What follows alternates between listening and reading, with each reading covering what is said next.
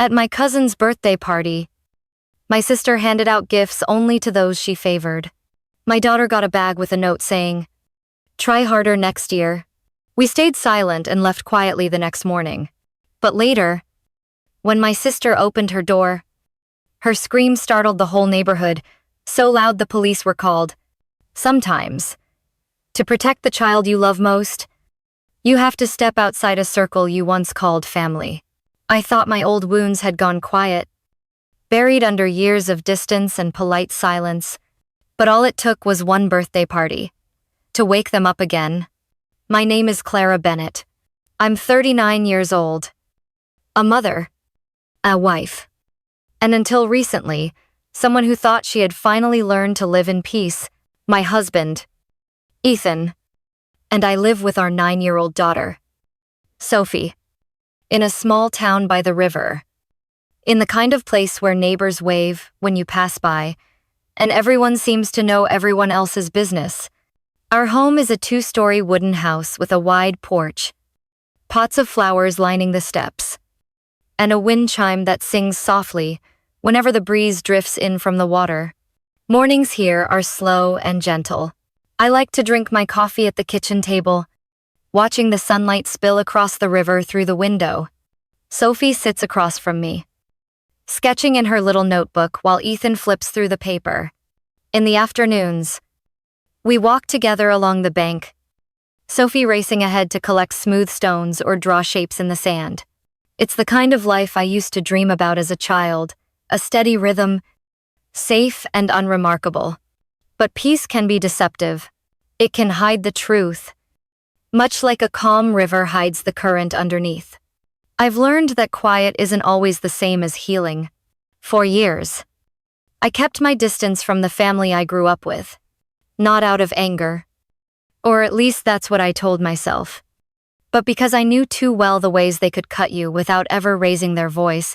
Still, in this little town, in this quiet house, I started to believe maybe the past had loosened its grip, that maybe time had dulled the sharp edges. I let myself believe that old wounds stayed closed if you didn't touch them. I was wrong, because on an ordinary morning, with my coffee still warm in my hand, a message arrived, and with it, of the first tremor of something I had hoped never to feel again. The message came from my sister, Margaret. It was short, a little too cheerful. "Hey, Clara, we're having a party for the girls this Saturday. You should come. Bring Sophie. They'd love to see her." I stared at the screen longer than I should have, my coffee cooling in my hand. I hadn't been to one of Margaret's gatherings in years, not since the unspoken truce, my quiet retreat from the family circle. We never fought outright, but we had perfected a kind of brittle politeness that kept us from shattering into open hostility. I thought it was better that way. Cleaner. Safer. Ethan was across the room, rinsing out his mug. "Who's that from?" he asked without looking up. "Margaret," I said, my voice flatter than I intended. "She wants us to come to the twins' birthday party." He glanced over his shoulder, reading my expression. "Do you want to go?" The answer sat heavy in my throat. I wanted to say no. I wanted to say absolutely not. But before I could, Sophie padded into the kitchen, still in her pajamas, hair sticking out in every direction. "What party?" she asked, eyes bright. I told her, and instantly she lit up. "Really? I get to see my cousins? Oh, please. Mom, can we go?" Her excitement was genuine, untainted by the history. She didn't know. I saw the way her mind was already filling in the blanks, cake and balloons and laughing with other kids. I didn't have the heart to take that away from her. Ethan caught my eye over Sophie's head. There was no judgment there, only quiet understanding. He knew my reluctance wasn't about the inconvenience of the trip. He also knew I was losing the battle in my own mind. I forced a small smile for Sophie's sake. "All right," I said, brushing a crumb from the counter. "We'll go." "How?" She squealed and ran off to tell her friends over the phone. already planning what she'd wear. Ethan walked over, resting his hand on my back. "You sure?" he asked softly. "No," I admitted, keeping my voice low. "Still." I told myself it was just one afternoon. A birthday party. Cake. Presents. Maybe some awkward conversation. I could endure that for Sophie. After all, no one could hurt us anymore, could they? The drive to Margaret's house felt longer than it should have, though it was only 40 minutes from our place. Sophie chattered in the back seat, bouncing between thoughts about cake flavors and what games the kids might play. I nodded at the right moments, my hands steady on the wheel. But my stomach had been tight since we pulled out of the driveway. Margaret lived in a larger, newer neighborhood on the far side of town, where the houses were lined up in careful symmetry, lawns trimmed to perfection. Her home was easy to spot that day, a cluster of balloons tied to the mailbox, ribbons fluttering in the breeze. Cars were parked along both sides of the street. The sound of music spilled from somewhere inside, upbeat and too loud for my liking. We stepped out of the car, Sophie clutching her gift bag like it was treasure. As we walked toward the front door, I could smell sugar in the air. That unmistakable scent of buttercream frosting mixed with the faint tang of latex from balloons. The porch was strung with pastel streamers, and through the wide front windows, I could see a flash of children darting across the living room, their voices blending into a high-pitched hum. Margaret opened the door with a practiced smile. "Clara, you made it!" Her tone was bright, but her hug was quick, almost perfunctory. And she didn't look me in the eye for long. She bent down to greet Sophie with more warmth, though even that felt rehearsed. Inside, the living room had been transformed into a birthday wonderland. Pink and gold balloons floated near the ceiling, and a long table against the wall sagged under the weight of chips, cookies, and a towering cake frosted in pastel swirls. There were paper crowns on the counter, plastic tiaras set out for the kids. The music was louder here, bouncing off the walls, and I could feel Sophie inch closer to me, her little hand finding mine. We moved deeper into the room, weaving between clusters of people. A few relatives I hadn't seen in years offered quick greeting smiles that didn't quite reach their eyes. Polite questions that seemed designed to fill space rather than bridge any real connection. I caught a couple of sideways glances, the kind that measured and weighed without a word spoken. Ethan stayed close, his hand resting lightly at the small of my back. Sophie stayed pressed against my side, peeking at the other children from behind my arm. She wasn't shy, not usually, but something in this room made her cautious. I knew that feeling all too well. Across the way, Margaret's twin girls were holding court in their matching dresses, surrounded by a small circle of guests, snapping pictures. Laughter and camera flashes filled the air. But I noticed how the conversations seemed to thin when we passed by, like people were waiting for us to move along. I told myself it didn't matter. We were here for Sophie, just for a little while. I could smile, nod, and keep my thoughts to myself. But somewhere deep in my chest, that old, familiar current of unease began to stir. It started with Margaret clapping her hands, her voice cutting through the chatter and music. "All right, everyone, gather around.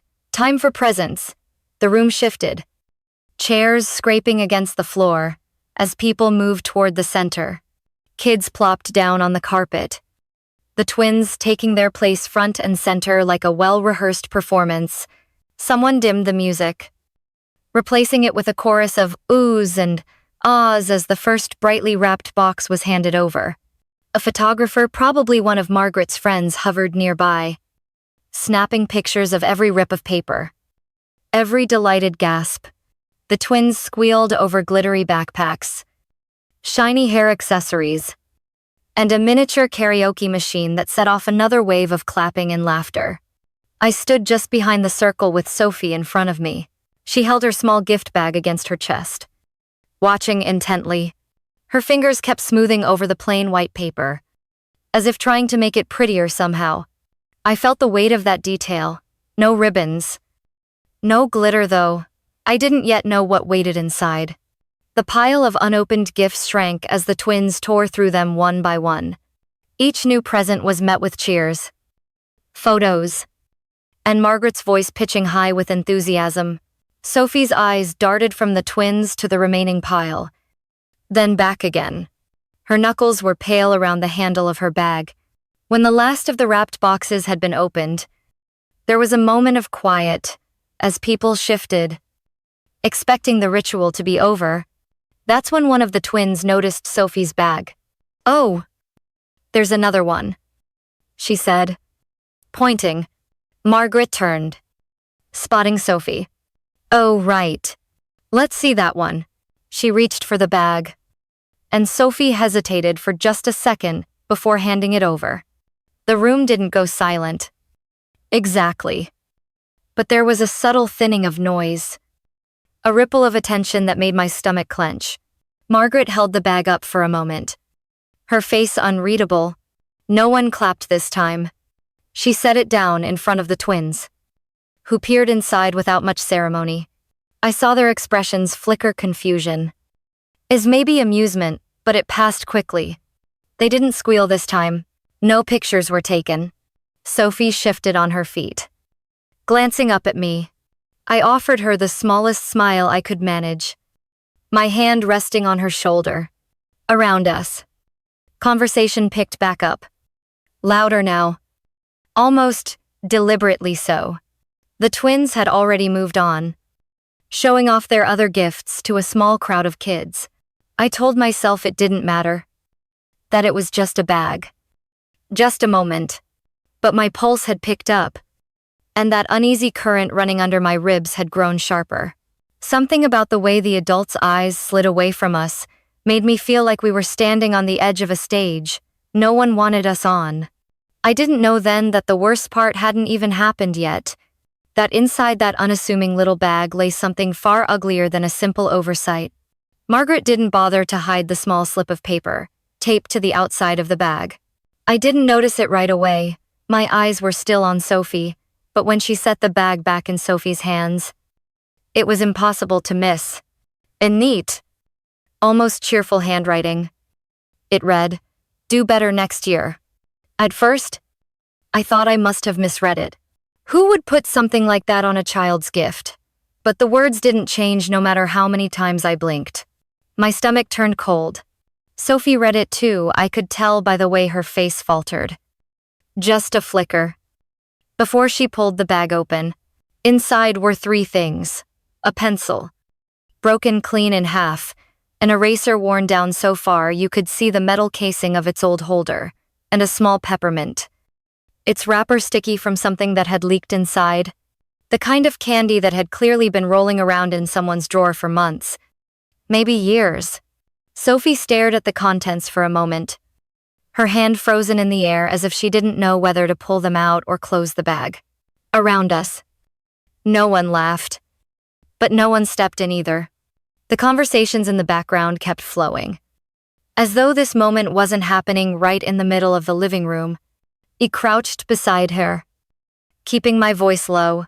"It's all right, honey," I murmured, though I knew it wasn't. I could feel the burn rising in my throat. Is the same one I'd fought down too many times before in this family. Sophie gave me a tight, small smile, but her eyes were glassy. She closed the bag and held it against her chest again. This time not like she was protecting something precious, but like she was holding in something heavy. I glanced up and saw Margaret already turning away, engaged in some animated story with another relative, her back to us. I caught the faintest smirk on one of the twins' faces, and my pulse thudded hard in my ears. There's a particular kind of silence that falls between people who have both just been humiliated, the kind where no words could possibly make it better. That was the space Sophie and I stood in. My husband came over then, his jaw tight, and without saying a word, he took Sophie's free hand in his and nodded toward the door. We didn't make a scene. No slammed doors. No raised voices. Just the quiet gathering of coats. The polite but hollow, "Thanks for having us," as we slipped out. The sound of laughter swelled behind us, as if to fill the gap we left. Outside, the cold air hit my face, sharp and bracing. Sophie leaned into me as we walked to the car. I could feel her small frame trembling. Though whether it was from the winter chill or the weight of the moment, I couldn't be sure. As we drove away, the glow of the house faded in the rearview mirror. I kept my eyes on the road, my hand wrapped around Sophie's, and I promised myself something I couldn't yet put into words, only that whatever this was, it would not pass quietly. As the car hummed down the dark road, Sophie's quiet profile beside me began to blur into another face, a smaller one, framed by my own reflection in a fogged-up window decades earlier. I was 10 the year my family hosted Christmas at my aunt's place. The smell of cinnamon and pine needles filled the air, and the living room glowed with the yellow light of 100 twinkling bulbs. My cousins tore into their gifts one by one, paper flying like colorful snow. The grown-ups clapped and teased, their voices rising with every squeal of delight. I sat on the carpet, my hands folded in my lap, waiting. I wasn't impatient. Back then, I believed the best things were worth waiting for. I kept thinking, any minute now, someone will call my name. But the pile of wrapped boxes shrank. One cousin got a dollhouse. Another unwrapped a brand new coat, soft and bright red. The twins got matching scooters. And my little brother, he got a model train set that everyone had to come over and admire.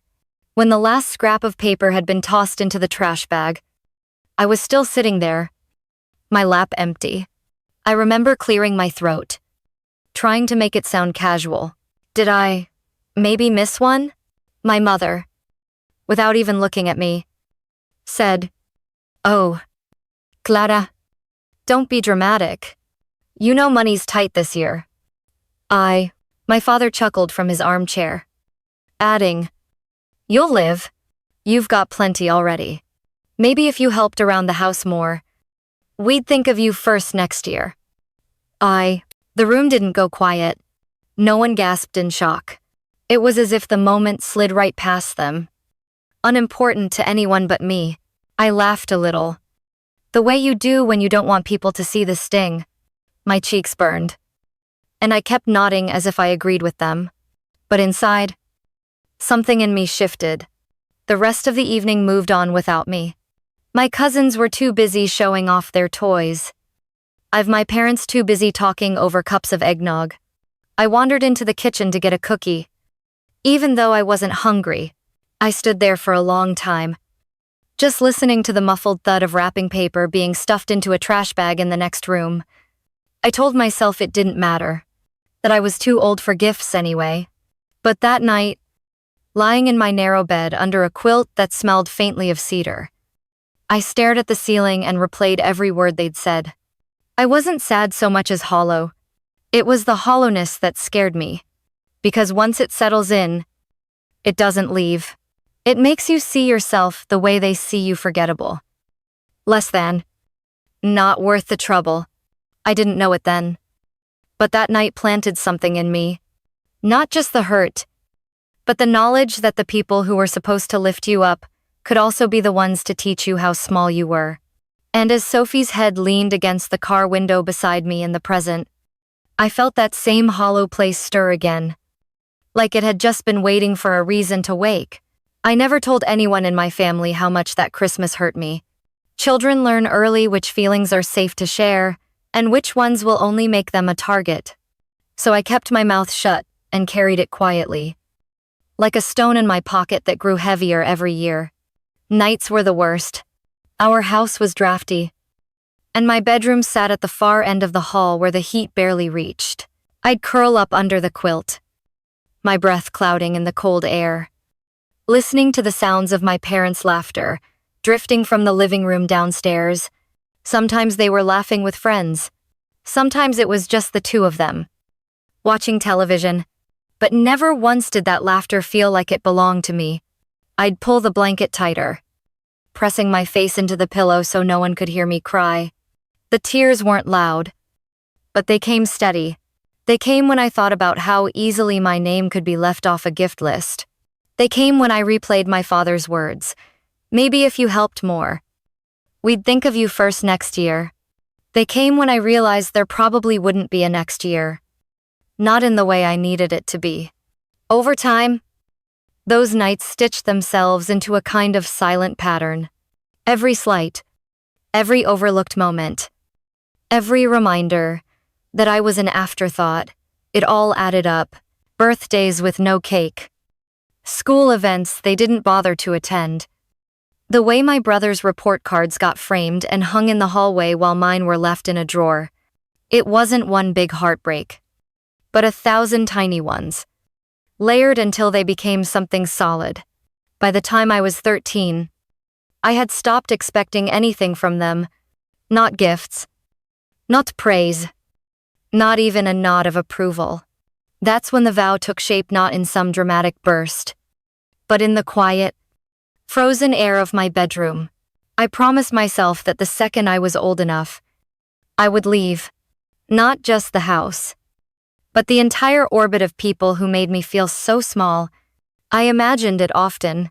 I'd picture myself walking out the front door with a suitcase, my breath visible in the winter air, the cold biting at my cheeks but feeling somehow cleaner than the warmth I left behind. I wouldn't slam the door. I wouldn't shout. I'd just go. And I wouldn't look back. That promise became my anchor whenever they made a joke at my expense in front of relatives. I'd think, this won't be forever. When they forgot me at a school pickup, I'd think, just a few more years. And on nights when the cold seemed unbearable, when my hands ached from gripping the quilt, I'd whisper to myself, hold on, you're getting out. I didn't know exactly where I'd go, or how I'd make it on my own, but I knew with absolute certainty that I'd rather face the unknown than spend a lifetime being invisible in my own family. And so, year after year, the distance between us grew not in miles yet, but in my heart. I became a quiet shadow in my own home, already halfway gone in my mind, waiting for the day when my body could follow. It wasn't until years later, standing in my sister's kitchen with Sophie by my side, that the pieces clicked together in a way that made my chest tighten. She was holding that pitiful little gift bag, the one with the broken pencil and the sticky peppermint. Her fingers curled around it the same way mine once curled around nothing at all. Her eyes darted between the other kids tearing into boxes wrapped in shiny paper, her smile wobbling like a candle flame in the wind. I knew that look. I had worn it myself. The careful mask of indifference. The way a child pretends they don't care when the hurt is already lodging itself deep inside. The room around us buzzed with laughter and clinking glasses, but all I could hear was the sound of my own heartbeat, loud and angry in my ears.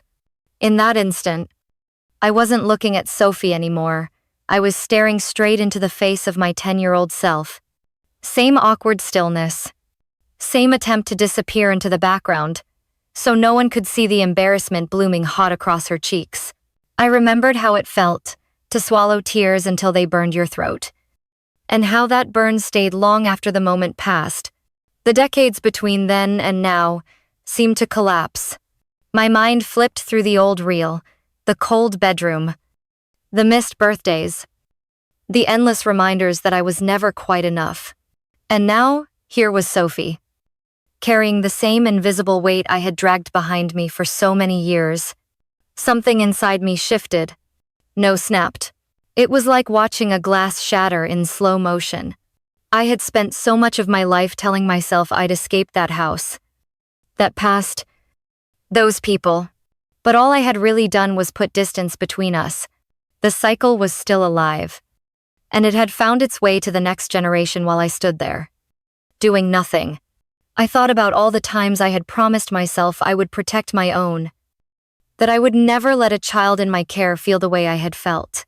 Yet here I was, watching Sophie absorb the same quiet cruelty I once endured. That was the moment I decided. No more swallowing the hurt. No more standing in the corner, hoping things would get better on their own. I was done pretending that keeping the peace was worth the cost of her spirit or mine.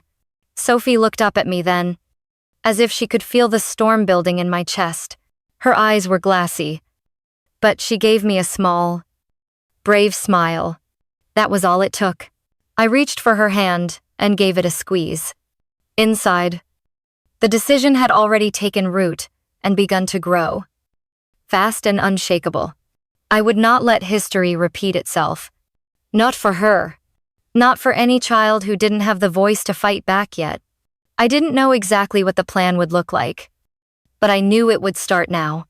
And it would end with Sophie never having to wear that look again.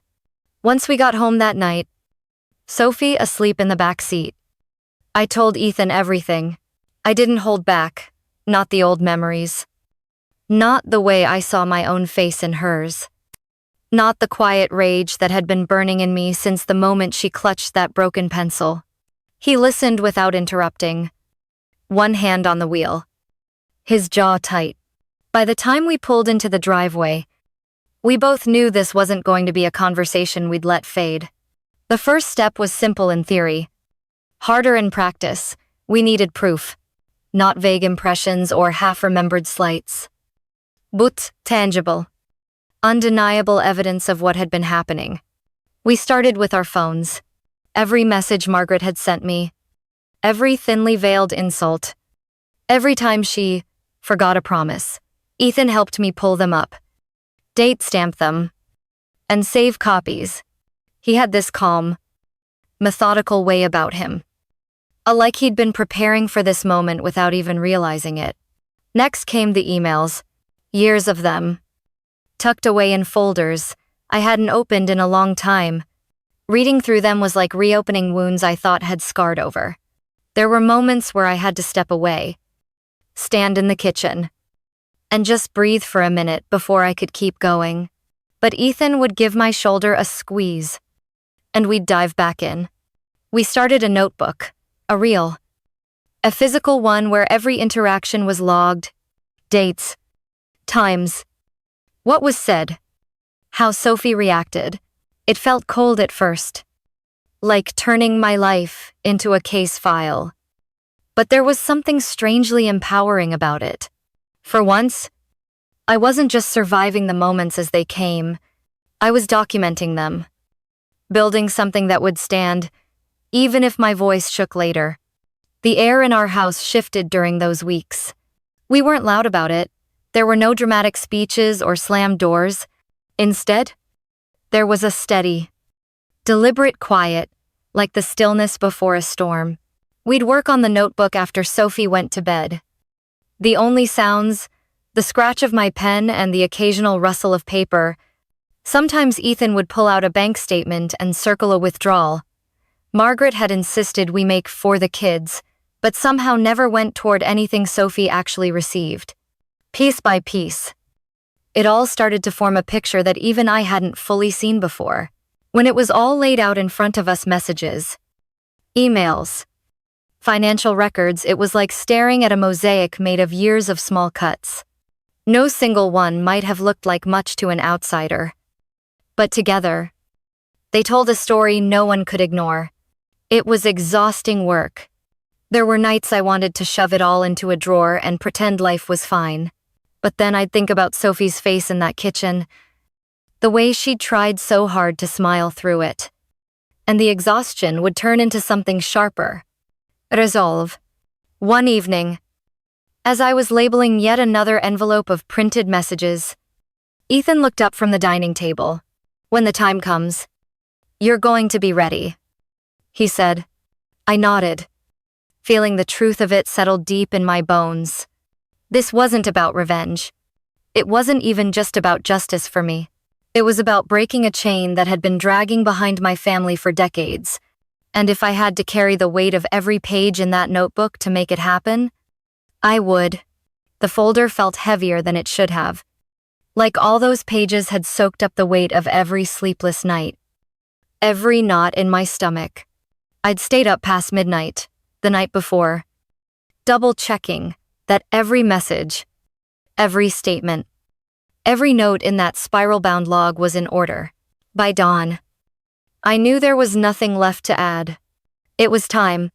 Margaret's house looked the same as it always had: white shutters, a porch swing that never moved. But walking up those steps with the folder in my hand, it felt like I was approaching something far larger than a house. I set the folder on the doormat, square in the center, and knocked twice. I didn't wait for her to open the door. I turned, walked back to my car, and drove away without looking over my shoulder. The first call came an hour later. I didn't answer. Then the texts started.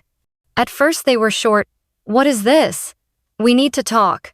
But by mid-afternoon, they turned into paragraphs.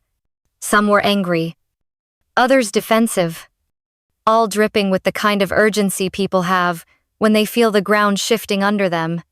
I left my phone on the counter and let it buzz. By evening, other numbers started coming through. Margaret's sister, her cousin, even her adult son. They weren't calling to apologize or to ask for the truth. They were calling to circle the wagons, to protect their own. Some messages were accusations. Others thinly veiled threats about family loyalty. I knew the pattern. I'd lived through it before. Only this time, I wasn't a scared girl in a cold bedroom. Ethan and I had prepared for this. That night, I sent an email to a carefully chosen list of relatives, ones who had been half aware but never wanted to get involved. Attached were copies of the same folder I'd left at Margaret's door. No editorializing. No dramatic language. Just facts. Dates. And proof. I told them they could draw their own conclusions. But I wasn't willing to be silent anymore. The backlash was immediate. Some people wrote back in disbelief, asking if I was sure. Others went quiet. And I knew what that meant. They were deciding it was easier to stay on Margaret's side. That was fine. I hadn't done this for approval. I'd done it to cut through the fog. The next morning, I drove to the courthouse. My hands trembled when I filled out the paperwork for a restraining order. But my voice was steady when I slid it across the counter to the clerk. She glanced over it, nodded, and told me they'd be in touch for a hearing date. Walking out into the sunlight, I felt lighter than I had in years. Margaret didn't stop calling. Not right away. The messages came in bursts, sometimes pleading, sometimes furious, but I didn't engage. I let the calls go to voicemail, saved everything, and kept moving forward. For once, she wasn't controlling the narrative. That weekend, Sophie and I baked cookies together. She cracked the eggs, stirred the dough, and told me about a science project she wanted to try. At one point, she looked up at me, floor dusting her nose, and said, "You seem different." "Mom," I smiled, brushing her hair back. "Maybe I am," I said, because for the first time in a long time, I wasn't bracing for the next blow. I was building something solid, something Margaret couldn't touch. And as much as the confrontation had stirred up, it had also made one thing perfectly clear. I was never going back to the way things were. Spring came in quietly that year, without the sudden storms we usually get. One morning I stepped out onto the porch with my coffee and felt the kind of air that makes you want to fill your lungs all the way. The trees lining the street were just starting to bud, their branches tipped with pale green. Somewhere down the block, someone was mowing their lawn, and the smell of fresh-cut grass carried on the breeze. Sophie was already outside, sitting cross-legged on the front steps with her sketchbook balanced on her knees. Her hair was tied back in a loose ponytail, and there was a smudge of graphite across her cheek. She didn't look up when I came out, too focused on the page in front of her. A year ago, she would have been inside, scrolling on her phone, trying to disappear into a corner. Now, she was claiming space. I watched her for a moment, sipping my coffee, letting the quiet sink in. The silence didn't feel heavy anymore. It wasn't the tense kind of quiet that comes from waiting for someone to lose their temper. It was open. Light.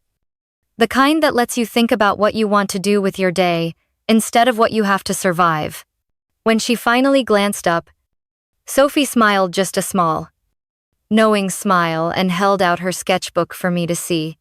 It was a drawing of the maple tree in our front yard, its branches stretching wide, roots twisting deep into the ground. There was something about the way she'd drawn it solid and grounded, yet still reaching upward that made my chest tighten. "That's beautiful," I told her, and I meant it. Not just about the picture, but about her, about us, inside. If the kitchen was still warm from the cookies we'd baked the night before, I moved around slowly. Not because I was tired, but because I could. I wasn't rushing to fit moments of peace into the cracks between chaos. Peace was the day's foundation now. Later, we took a walk to the park. Something we hadn't done in years. The trail was dotted with little bursts of color where wildflowers had pushed through the soil. Sophie talked the whole way, telling me about her plans for the summer, about a club she wanted to join, about a short story she was working on for school. Her voice carried that easy confidence that comes from knowing you're safe. As we headed home, I realized I hadn't thought about Margaret once that morning. Not her voice, not her face, not the weight she used to put on my shoulders. I thought about the maple tree, the smell of cut grass, the sound of my daughter's laugh. And that was the moment I knew, truly knew that I was free. Not because the past had been erased, but because it no longer defined the way I moved through the world. We had walked through the fire, Sophie and I, and on the other side was this, a bright, steady morning in spring.